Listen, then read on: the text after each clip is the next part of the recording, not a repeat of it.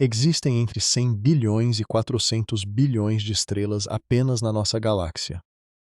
A Via Láctea, por sua vez, é só uma entre trilhões de galáxias que conseguimos observar no universo.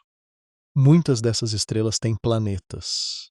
Alguns desses planetas ficam na distância certa da sua estrela, nem quente demais, nem frio demais, na chamada zona habitável, onde a água poderia existir em estado líquido na superfície.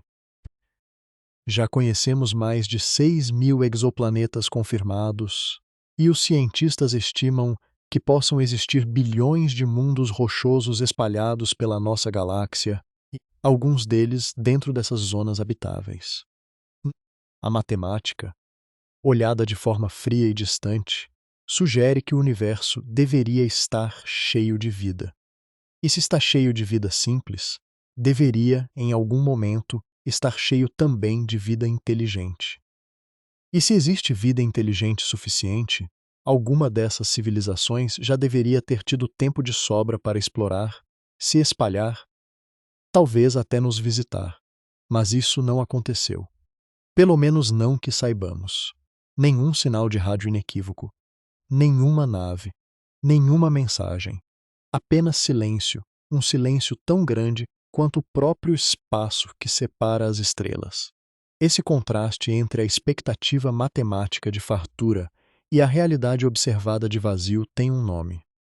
Chama-se paradoxo de Fermi, e é uma das perguntas mais fascinantes e mais desconfortáveis que a ciência já formulou. Não porque a resposta seja assustadora por si só, mas porque cada explicação possível carrega consigo uma implicação diferente sobre o nosso lugar no cosmos, sobre o nosso futuro e sobre o que realmente significa estar sozinho, ou não, em meio a tanta imensidão. Essa história começa de um jeito bem simples, quase banal. Em 1950, o físico italiano Enrico Fermi, um dos nomes mais importantes da física do século XX, estava almoçando no Laboratório Nacional de Los Alamos, no Novo México, junto com outros colegas cientistas. A conversa, segundo relatos posteriores, tinha começado meio de brincadeira, inspirada por uma charge de jornal sobre discos voadores roubando latas de lixo em Nova York. Só que, no meio da conversa descontraída sobre extraterrestres e viagens interestelares, Fermi fez uma pausa e perguntou, quase do nada: onde estão todos eles? A pergunta pegou todo mundo de surpresa, porque não era retórica. Fermi, conhecido por sua capacidade de fazer estimativas rápidas e surpreendentemente precisas sobre praticamente qualquer coisa, tinha acabado de calcular mentalmente que, dado o tamanho da galáxia, a idade do universo e o tempo que uma civilização levaria para se espalhar entre as estrelas, deveríamos já ter sinais de vida inteligente por toda parte. E, no entanto, não tínhamos nenhum. Fermi nunca publicou nada formal sobre essa ideia. Ele morreu poucos anos depois, em 1954, e a pergunta ficou meio esquecida por décadas, guardada apenas na memória de quem estava naquele almoço. Só nos anos 70 é que ela voltou à tona, quando outros cientistas, como o físico Michael Hart, formalizaram o raciocínio e deram a ele um nome mais estruturado. A partir daí, o que começou como uma pergunta casual, numa mesa de almoço, se transformou em um dos maiores enigmas da astrobiologia moderna, discutido em universidades, artigos científicos e, décadas depois, em incontáveis livros, documentários e, claro, vídeos como este. Para entender por que essa pergunta é tão poderosa, vale a pena pensar na escala envolvida. A Via Láctea tem mais ou menos 100.000 anos-luz de diâmetro. Isso significa que, mesmo viajando na velocidade da luz, levaria 100.000 anos para atravessá-la de ponta a ponta. Parece uma distância impossível de vencer. Só que o tempo de vida da própria galáxia é medido em bilhões de anos, não em milhares. E aqui está o ponto central do raciocínio de Fermi. Se uma civilização mesmo viajando a uma fração pequena da velocidade da luz, decidisse explorar e colonizar a galáxia, o processo inteiro, feito de forma gradual, salto a salto entre sistemas estelares vizinhos, levaria talvez alguns milhões de anos para cobrir toda a Via Láctea. Isso pode parecer muito tempo para nós, mas comparado à idade da galáxia, que passa dos 10 bilhões de anos, é um piscar de olhos. Uma civilização que tivesse surgido até mesmo 1 bilhão de anos antes da nossa, já teria tido tempo de sobra, muitas vezes sobra, para se espalhar por toda parte, deixando rastros, estruturas, sinais, alguma coisa. E, no entanto, quando olhamos para o céu, tudo que vemos é silêncio. Esse é o núcleo do paradoxo. De um lado, uma probabilidade estatística que sugere fartura de vida. Do outro, uma observação direta que sugere a ausência completa. As duas coisas não deveriam poder coexistir, e é justamente essa tensão entre o que esperamos e o que vemos que transforma uma simples pergunta de almoço em um dos quebra-cabeças mais profundos da ciência contemporânea. Ao longo deste vídeo, vamos explorar as principais tentativas de resolver esse paradoxo, uma por uma, começando pela ferramenta que os cientistas criaram justamente para tentar quantificar essa fartura esperada de vida, a famosa equação de Drake. Para entender por que o silêncio do universo é tão intrigante, precisamos primeiro entender como os cientistas tentaram, de forma sistemática, estimar quantas civilizações capazes de se comunicar poderiam existir na nossa galáxia neste exato momento. Essa tentativa tem um nome e um criador. Em 1961, o astrônomo americano Frank Drake, que um ano antes havia liderado a primeira busca oficial por sinais de rádio extraterrestres, reuniu um pequeno grupo de pensadores no Observatório Green Bank, na Virgínia Ocidental, para discutir justamente essa questão. Entre os participantes estava o jovem Carl Sagan, que décadas depois se tornaria um dos maiores divulgadores científicos da história. Para organizar a discussão, Drake propôs uma equação simples na aparência, mas profunda em suas implicações. A equação multiplica uma série de fatores, um atrás do outro, até chegar a um número estimado de civilizações capazes de se comunicar através do espaço.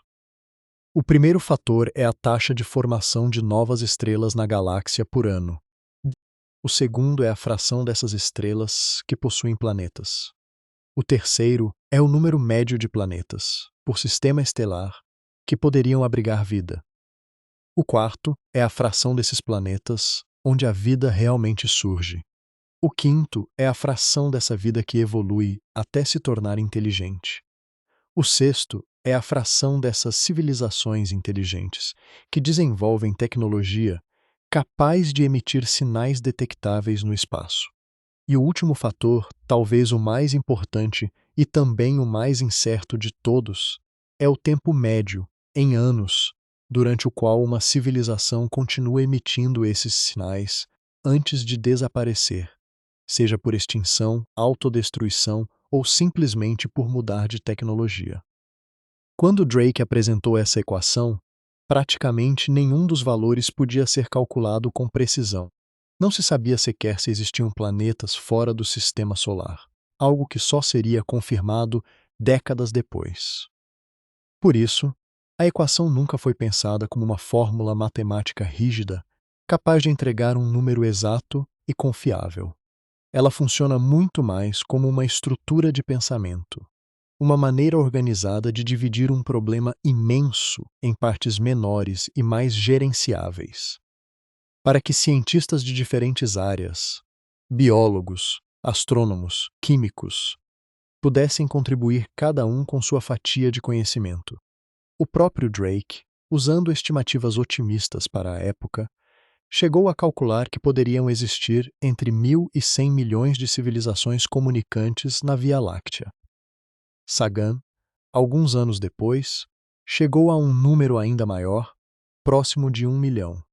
Só que, Mesmo usando os valores mais conservadores possíveis para cada fator da equação, a maioria dos cálculos ainda resulta em um número maior que 1. E isso é exatamente o problema. Se a matemática sugere que deveria haver, no mínimo, algumas outras civilizações espalhadas pela galáxia, por que o resultado observado, o número real de civilizações que já detectamos com certeza, continua sendo exatamente uma? A nós.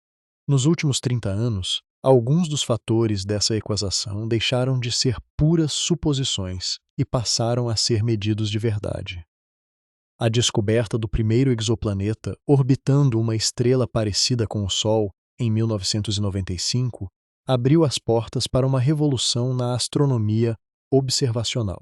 Hoje sabemos, graças a missões como o Telescópio Espacial Kepler e o TESS, que praticamente todas as estrelas da galáxia possuem pelo menos um planeta. Isso significa que os primeiros termos da equação, aqueles relacionados à formação de estrelas e à existência de planetas, já não são mais grandes incógnitas. Estudos recentes sugerem que pode haver algo entre 10 bilhões e 40 bilhões de planetas do tamanho da Terra orbitando na zona habitável de suas estrelas, somente na nossa galáxia. Pesquisadores da Universidade Cornell, inclusive, publicaram recentemente um catálogo com dezenas dos exoplanetas rochosos mais promissores conhecidos até hoje, todos localizados dentro da zona onde a água líquida poderia existir na superfície. O problema é que os termos biológicos da equação, aqueles que tratam do surgimento da vida, da evolução da inteligência e da duração de uma civilização tecnológica, continuam praticamente tão incertos quanto estavam na década de 60. Não sabemos com que frequência a vida simples surge quando as condições são favoráveis. Não sabemos com que frequência essa vida simples evolui para formas complexas. E não temos absolutamente nenhuma ideia de quanto tempo, em média, uma civilização tecnológica consegue sobreviver antes de desaparecer, seja por causas naturais, seja por autodestruição. É justamente nessa lacuna de incerteza, entre os termos astronômicos que já conhecemos bem e os termos biológicos que ainda são um mistério completo, que mora o coração do paradoxo de Fermi. E é essa lacuna que nos leva à próxima grande questão. Será que estamos sozinhos simplesmente porque a vida inteligente é rara demais para acontecer com frequência? Uma das explicações mais discutidas para o silêncio cósmico é, de certa forma, a mais simples de todas. Talvez a vida complexa e inteligente seja, de fato, extremamente rara no universo. Essa ideia ficou conhecida como a hipótese da Terra rara. E ela desafia diretamente uma suposição que muitos cientistas fizeram por décadas, a chamada suposição de mediocridade, e que sugere que a Terra não é especial, e que as condições que permitiram o surgimento da vida aqui deveriam se repetir com facilidade em outros lugares do universo. Os defensores da Terra rara argumentam o contrário. Eles apontam que a nossa existência depende de uma combinação extremamente específica de fatores astronômicos e geológicos, e que a probabilidade de todos esses fatores se alinharem ao mesmo tempo em outro lugar pode ser muito menor do que imaginamos. A Terra tem uma lua incomumente grande em relação ao seu tamanho, o que estabiliza a inclinação do nosso eixo de rotação, e com isso, estabiliza também o nosso clima ao longo de milhões de anos. Nosso planeta possui um núcleo de ferro derretido que gera um campo magnético protetor essencial para blindar a atmosfera contra o vento solar. Nosso sistema solar tem planetas gigantes gasosos, como Júpiter, posicionados de um jeito que ajuda a desviar ou capturar muitos dos asteroides e cometas, que, de outra forma, poderiam colidir com a Terra regularmente. E, talvez o fator mais importante de todos, a Terra possui placas tectônicas ativas, algo que, até onde sabemos, e raríssimo entre os planetas rochosos que já estudamos. Pesquisadores publicaram recentemente um estudo sugerindo que a combinação entre tectônica de placas de longa duração e a presença simultânea de oceanos e continentes pode ser um fator crítico, quase indispensável, para o surgimento de vida complexa. Quando esse fator é incorporado à equação de Drake, o número estimado de civilizações comunicantes na galáxia despenca, caindo várias ordens de grandeza em relação às estimativas originais.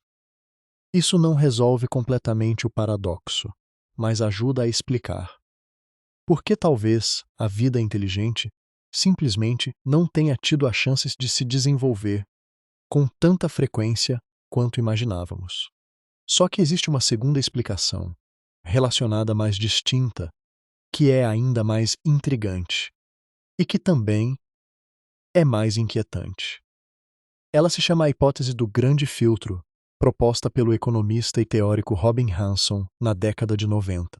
A ideia central é a seguinte: para que uma forma de vida percorra todo o caminho, desde moléculas simples até uma civilização capaz de colonizar outras estrelas, ela precisa passar por uma sequência de etapas evolutivas extremamente difíceis.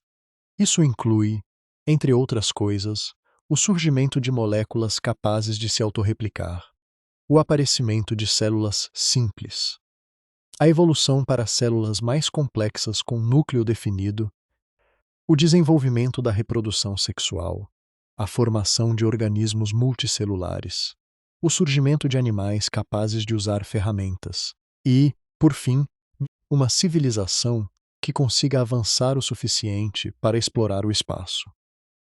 A teoria do grande filtro sugere que, em algum ponto dessa longa sequência de etapas, existe um obstáculo tão difícil de superar que praticamente nenhuma linhagem de vida, em nenhum lugar do universo, consegue atravessá-lo. É como se houvesse um filtro invisível bloqueando o caminho. E aqui está a parte verdadeiramente desconfortável dessa ideia. Nós não sabemos se esse filtro já ficou para trás de nós, ou se ele ainda está pela frente. Se o grande filtro está no nosso passado, algo raríssimo, como talvez o próprio surgimento da vida a partir de matéria não viva, ou a transição de células simples para células complexas, então nós já superamos a parte mais difícil e podemos ser uma das poucas civilizações no universo que conseguiu chegar até aqui. Isso seria, de certa forma, uma boa notícia. Mas existe outra possibilidade, muito mais sombria. E se o grande filtro ainda estiver na nossa frente? Isso significaria que civilizações como a nossa, que conseguem desenvolver tecnologia avançada, acabam inevitavelmente encontrando algum obstáculo capaz de as destruir antes que consigam se espalhar para outras estrelas. Esse obstáculo poderia ser natural, como um impacto de asteroide devastador, uma explosão de raios gama próxima, ou uma mudança climática severa. Mas também poderia ser algo criado pela própria civilização. Guerra nuclear, colapso ambiental, ou até mesmo o desenvolvimento descontrolado de tecnologias emergentes que a própria espécie não consegue controlar. E alguns pesquisadores, inclusive, têm levantado a hipótese de que o avanço acelerado da inteligência artificial poderia representar ele mesmo uma versão moderna e particularmente perigosa desse filtro, caso sistemas cada vez mais poderosos e autônomos acabassem escapando do controle humano antes que aprendêssemos a lidar com eles de forma segura. O silêncio do universo, sob essa perspectiva, deixa de ser apenas uma curiosidade científica e passa a carregar um peso quase existencial. Porque se realmente existe um grande filtro à nossa frente, e se civilizações tecnológicas em outros lugares do universo enfrentaram esse mesmo obstáculo e não conseguiram superá-lo, então o silêncio cósmico não é apenas uma ausência de evidências.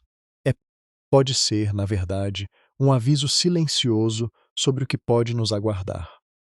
É claro que essa é apenas uma interpretação entre várias possíveis, e ninguém tem como confirmar qual delas está certa.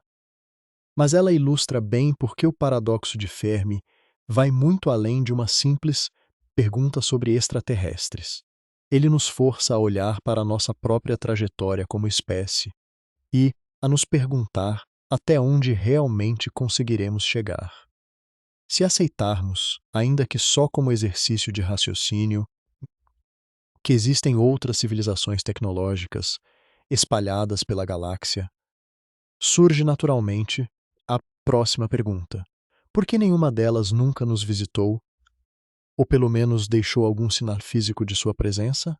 Para explorar essa questão, precisamos falar sobre um conceito fascinante chamado sonda de von Neumann, batizado em homenagem ao matemático húngaro John von Neumann, que na década de 50 desenvolveu a teoria matemática por trás de máquinas capazes de se autorreplicar. A ideia é relativamente simples de imaginar, mesmo que sua execução prática seja absurdamente complexa. Uma civilização avançada poderia construir uma sonda espacial autônoma, controlada por inteligência artificial, capaz de viajar até um sistema estelar próximo. Ao chegar lá, a sonda utilizaria os recursos disponíveis naquele sistema, como asteroides, luas ou planetas, para minerar matéria-prima e construir cópias exatas de si mesma. Essas cópias, então, seguiriam viagem em direções diferentes, repetindo o processo indefinidamente. Como a reprodução dessas sondas seria exponencial e não linear, o crescimento do número de sondas aconteceria de forma extremamente rápida. Os cálculos mostram algo impressionante. Mesmo assumindo que essas sondas viajassem a apenas 1/10 da velocidade da luz, uma fração relativamente modesta se comparada ao limite máximo estabelecido pela física, e mesmo assumindo tempos de construção razoavelmente longos entre uma geração de sondas e outra, o processo inteiro de colonização de toda a galáxia levaria, segundo estimativas do físico Michael Hart, algo em torno de 650 mil anos. Pode parecer um número gigantesco à primeira vista, mas quando comparado à idade da nossa galáxia, que ultrapassa 10 bilhões de anos, esse período representa uma fração absolutamente minúscula, algo como 60 milésimos de 1% do tempo total de existência da Via Láctea. Isso significa que, se apenas uma única civilização tivesse desenvolvido essa tecnologia em qualquer momento da longa história da galáxia, mesmo bilhões de anos atrás, suas sondas já deveriam ter se espalhado por toda parte, visitado cada sistema estelar e deixado evidências claras de sua passagem, incluindo, possivelmente, o nosso próprio sistema solar. E, no entanto, não encontramos nenhuma sonda, nenhum artefato, nenhuma megaestrutura orbitando outras estrelas, nenhum sinal de mineração em massa de asteroides distantes. Essa ausência total de evidências físicas é conhecida como uma das versões mais fortes do paradoxo de Fermi, às vezes chamada de conjectura de Arp-Tipler, e ela é particularmente difícil de contornar, porque não depende de comunicação por rádio ou de qualquer forma de contato intencional.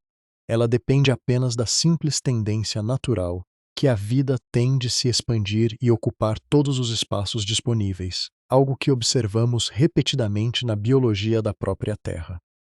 Existem, é claro, tentativas de explicar essa ausência.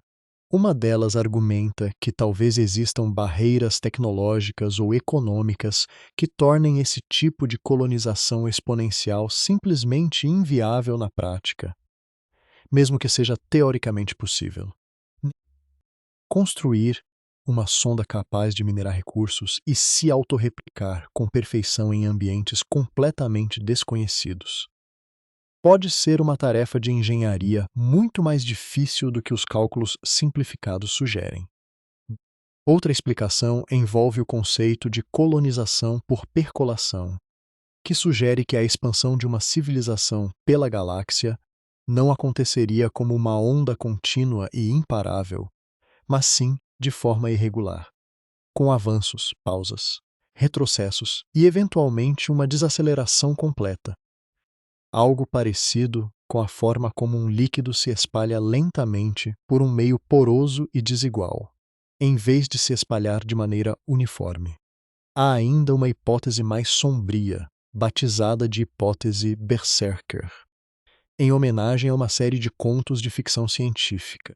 Ela sugere que, se sondas autônomas de exploração realmente existissem, algumas delas poderiam, por erro de programação ou evolução imprevista de sua própria inteligência artificial, se tornar hostis, destruindo qualquer civilização emergente que encontrassem pelo caminho antes de continuar sua jornada. Sob essa perspectiva, a ausência de sondas visíveis não significaria necessariamente que elas não existem, mas sim que civilizações que se tornam visíveis demais correm o risco de serem eliminadas. E essa ideia, por mais especulativa que seja, nos leva diretamente à próxima categoria de explicações para o silêncio cósmico. Talvez a resposta não seja que estamos sozinhos, mas sim que estamos sendo cuidadosamente evitados, ou até mesmo observados em segredo. Existe uma categoria inteira de explicações para o paradoxo de Fermi, que parte de uma suposição bem diferente das anteriores. Em vez de imaginar que a vida inteligente é rara ou que a colonização galáctica é fisicamente impossível, essas hipóteses assumem que civilizações avançadas realmente existem, talvez até em grande número, mas que escolhem, por algum motivo, permanecer escondidas ou evitar qualquer contato conosco. A mais conhecida dessas ideias é chamada de hipótese do zoológico, proposta em 1973 pelo radioastrônomo John Ball. A ideia central é quase poética, embora um tanto perturbadora quando pensamos com mais calma. Segundo Ball, civilizações extraterrestres avançadas já saberiam da nossa existência. Teriam capacidade tecnológica de nos alcançar, mas teriam decidido, coletivamente, não interferir em nosso desenvolvimento, mantendo a Terra como uma espécie de reserva natural protegida, semelhante a como cuidamos de áreas de preservação ambiental aqui no nosso próprio planeta, evitando qualquer intervenção humana para que os ecossistemas evoluam sem interferência externa.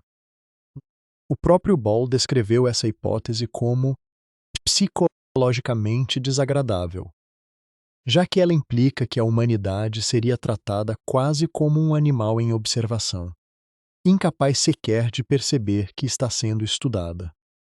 Mas ele também apontou que a história da ciência está repleta de ideias desconfortáveis que, mesmo assim, acabaram se revelando corretas. Uma variação dessa mesma ideia é chamada de hipótese do interdito, que sugere que existiria algo parecido com um acordo entre civilizações avançadas. Um tratado silencioso que impede qualquer uma delas de interferir em espécies que ainda não atingiram um determinado nível de desenvolvimento tecnológico ou social. Seria como uma versão real daquela famosa diretriz primordial que aparece em histórias de ficção científica, onde exploradores avançados são proibidos de interferir em civilizações mais jovens até que elas estejam prontas. Só que existe uma explicação alternativa, muito mais recente e, para muita gente, bem mais assustadora, conhecida como a hipótese da floresta escura. E esse conceito ganhou popularidade a partir de um romance de ficção científica publicado em 2008 pelo autor chinês Liu Cixin, embora ideias semelhantes já circulassem entre teóricos antes disso. A metáfora é a seguinte: imagine o universo como uma floresta densa e completamente escura, à noite, onde cada civilização é como um caçador armado, escondido entre as árvores. Nessa floresta, Qualquer som, qualquer luz, qualquer sinal de presença pode atrair a atenção de outros caçadores, e ninguém sabe se esses outros caçadores são pacíficos ou extremamente perigosos. Diante dessa incerteza, a estratégia mais racional e mais segura para qualquer civilização é permanecer completamente em silêncio, evitando ao máximo revelar sua localização e, se por acaso detectar outra civilização, eliminá-la preventivamente antes que ela possa representar uma ameaça. Essa hipótese se baseia fortemente em conceitos de teoria dos jogos, especificamente em cenários de informação incompleta, onde nenhum dos participantes sabe com certeza quais são as intenções ou capacidades dos outros. E, sob essa lógica brutal, mas matematicamente coerente, todo o universo estaria repleto de civilizações, mas todas elas escolheriam, de forma independente e sem qualquer coordenação entre si, permanecer em silêncio absoluto, justamente porque revelar sua existência seria arriscar demais. A Terra, sob essa perspectiva, estaria em perigo constante simplesmente por emitir sinais de rádio para o espaço nas últimas décadas, algo que já fazemos, sem perceber completamente as implicações, desde o início do século XX. É importante dizer que a hipótese da floresta escura enfrenta críticas sérias dentro da comunidade científica. Alguns pesquisadores argumentam que ela projeta comportamentos e medos essencialmente humanos, moldados por nossa própria história de conflitos e guerras, sobre civilizações que poderiam ter evoluído de formas completamente diferentes, com valores, motivações e formas de cooperação que nem conseguimos imaginar. Outros apontam que a vastidão do espaço torna a detecção e, principalmente, a destruição de outra civilização algo extremamente difícil e custoso, tornando a estratégia de eliminação preventiva pouco prática na maioria dos cenários. Ainda assim, a hipótese da floresta escura continua sendo uma das explicações mais debatidas e mais inquietantes para o silêncio cósmico, justamente porque ela não exige que a vida inteligente seja rara. Ela apenas exige que seja racional e cautelosa o suficiente para se esconder. Diante de tantas hipóteses teóricas, é natural perguntar: o que os cientistas realmente estão fazendo, na prática, para tentar encontrar evidências reais de vida inteligente em outros lugares? A resposta tem um nome: SETI, sigla em inglês para Busca por Inteligência Extraterrestre. Essa busca começou de forma oficial em 1960, quando o mesmo Frank Drake, criador da equação que discutimos anteriormente, conduziu o chamado Projeto OSMA, apontando um radiotelescópio no observatório Green Bank em direção a duas estrelas próximas, na esperança de captar algum sinal de rádio artificial vindo do espaço. Desde então, a busca por sinais de rádio se tornou o método mais tradicional dentro do campo do SETI, porque ondas de rádio são relativamente baratas de produzir, viajam pelo espaço sem sofrer muita interferência, e seriam, teoricamente, um dos primeiros tipos de tecnologia que qualquer civilização desenvolveria ao longo do seu progresso científico. O momento mais famoso e ainda hoje mais intrigante dessa longa busca aconteceu em 1977. Um radiotelescópio conhecido como Big Ear, localizado em Ohio, nos Estados Unidos, capturou um sinal de rádio extremamente forte, muito mais intenso que o ruído de fundo normal do espaço, vindo da direção da constelação de Sagitário. O sinal durou exatos 72 segundos e correspondia de forma impressionante ao que os cientistas esperariam de uma transmissão artificial concentrada numa frequência muito específica, próxima à linha de emissão do hidrogênio, considerada por muitos pesquisadores como uma espécie de canal universal de comunicação entre civilizações, já que o hidrogênio é o elemento mais abundante do universo. O astrônomo Jerry Ehman, ao revisar os dados impressos alguns dias depois, ficou tão surpreso com a intensidade do sinal que escreveu, à mão, a palavra "Uau!" ao lado dos números, e o apelido pegou. Até hoje, o sinal "Uau", como ficou conhecido, nunca se repetiu, apesar de décadas de tentativas de captá-lo novamente, usando os mesmos e outros radiotelescópios ao redor do mundo. Sua origem continua sendo um dos maiores mistérios não resolvidos da astronomia moderna. Desde então, a busca evoluiu significativamente. Hoje, a iniciativa Breakthrough Listen, financiada por investimentos privados e coordenada em parceria com universidades como Berkeley, na Califórnia, utiliza alguns dos maiores radiotelescópios do mundo para escanear, de forma sistemática e contínua, centenas de estrelas próximas, além de examinar dados de milhares de exoplanetas conhecidos, em busca de qualquer padrão que possa indicar uma origem artificial e tecnológica.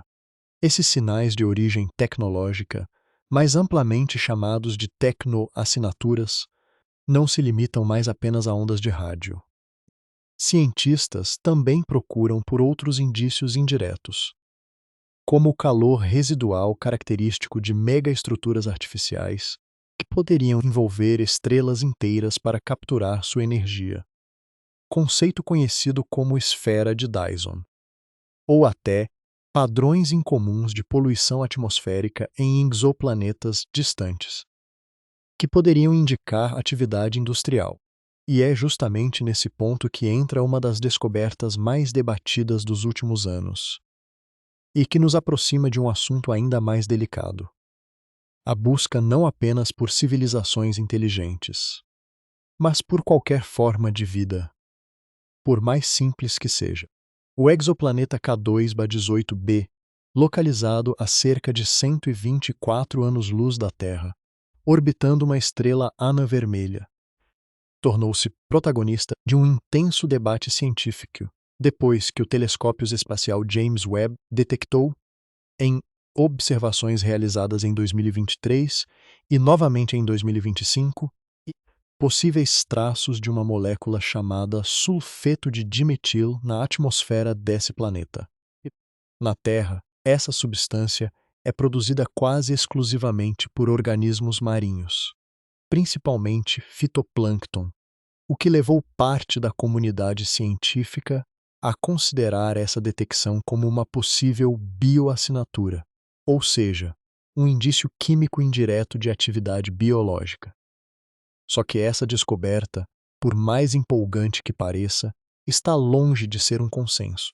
Estudos posteriores, incluindo uma análise conduzida pela própria NASA e publicada em 2025, apontaram que o sinal detectado não é estatisticamente robusto o suficiente para ser considerado uma prova conclusiva, e que existem processos completamente não biológicos capazes de produzir esse mesmo tipo de assinatura química.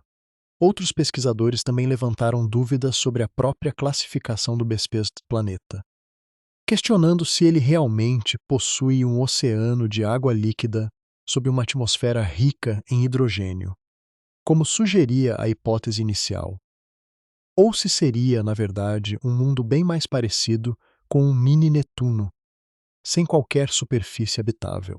Mais recentemente, em 2026, uma equipe de astrônomos usou radiotelescópios avançados para procurar especificamente por tecnoassinaturas no mesmo sistema estelar, na esperança de detectar sinais de atividade tecnológica que pudessem complementar a busca por biologia simples.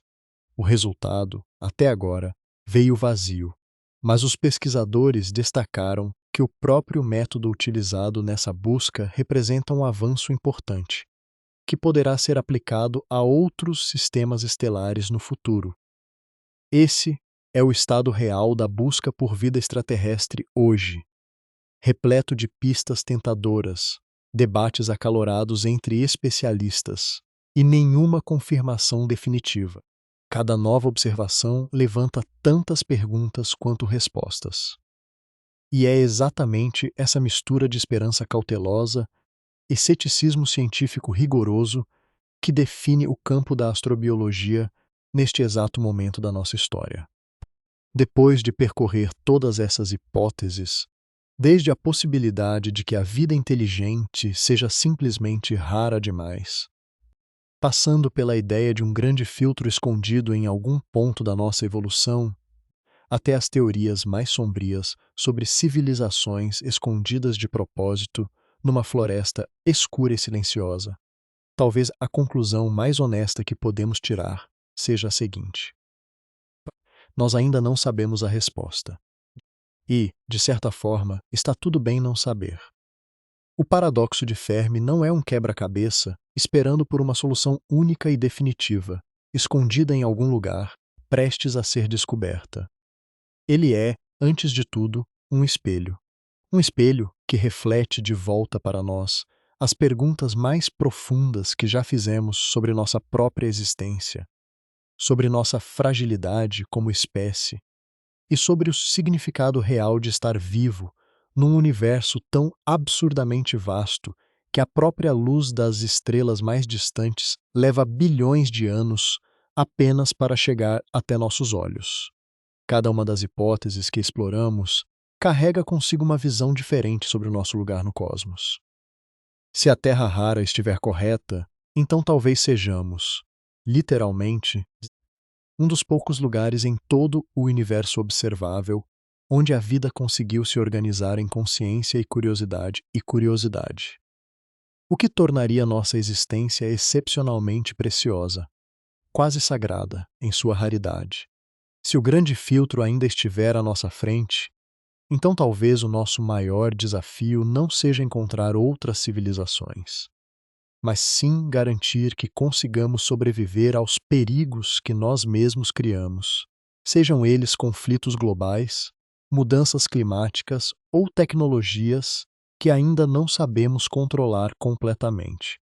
E se a hipótese da floresta escura estiver certa, então talvez o silêncio que ouvimos ao olhar para o céu não seja vazio, mas sim uma multidão inteira de alvozes escolhendo, deliberadamente, não dizer nada.